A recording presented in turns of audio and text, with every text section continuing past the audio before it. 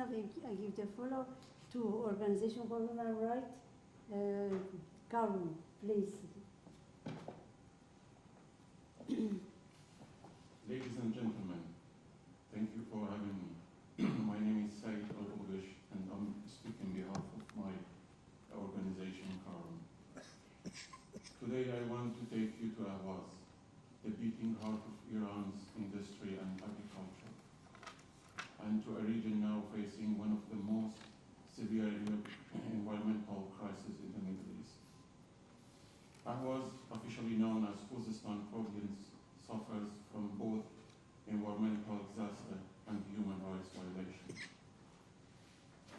Millions of Ahwazi Arabs live under discrimination, poverty, and limited access to clean water, healthcare, and education, despite Ahwaz being one of Iran's richest regions in oil and natural gas.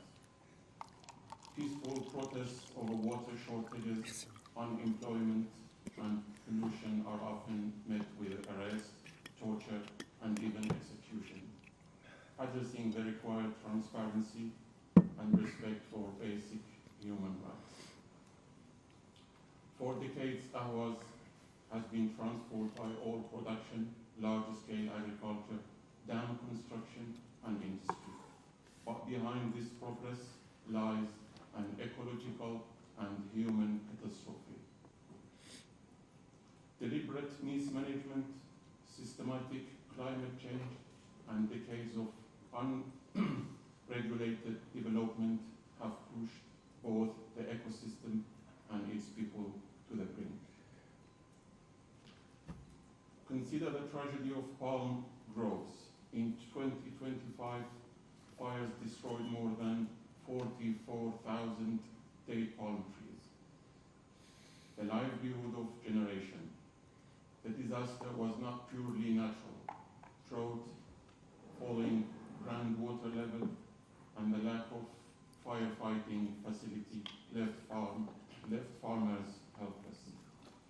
Thousands lost their income and were forced to leave their lands.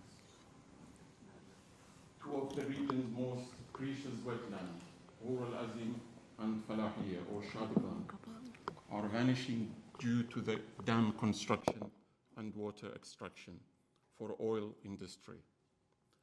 Their destruction brings dust storm, degraded air quality, and the collapse of local biodiversity, worsening the health of entire communities.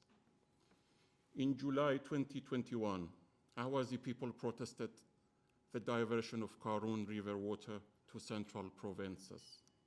The protesters were met with a violent crackdown, leaving at least 11 dead and 100 arrested, exposing not only an environmental disaster, but a deep crisis of governance and justice.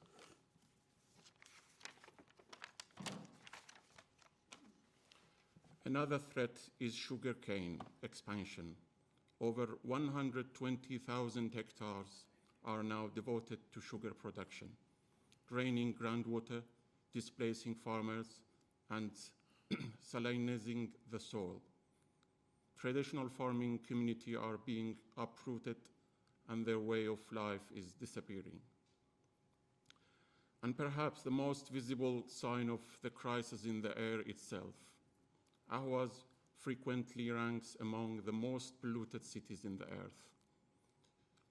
In January 2024 alone, more than 5,000 people sought medical care due to the dust storm and air pollution.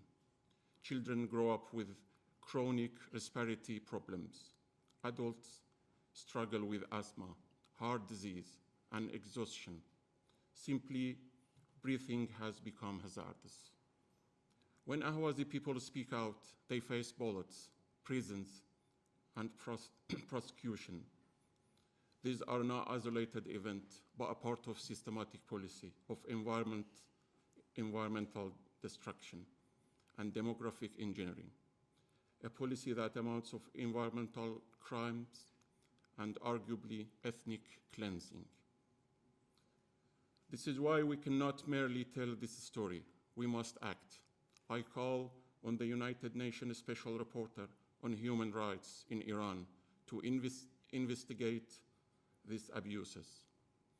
I urge environmental organizations worldwide to demand an end to the river divergence, the restoration of wetlands, and sustainable water management before the damage becomes irreversible.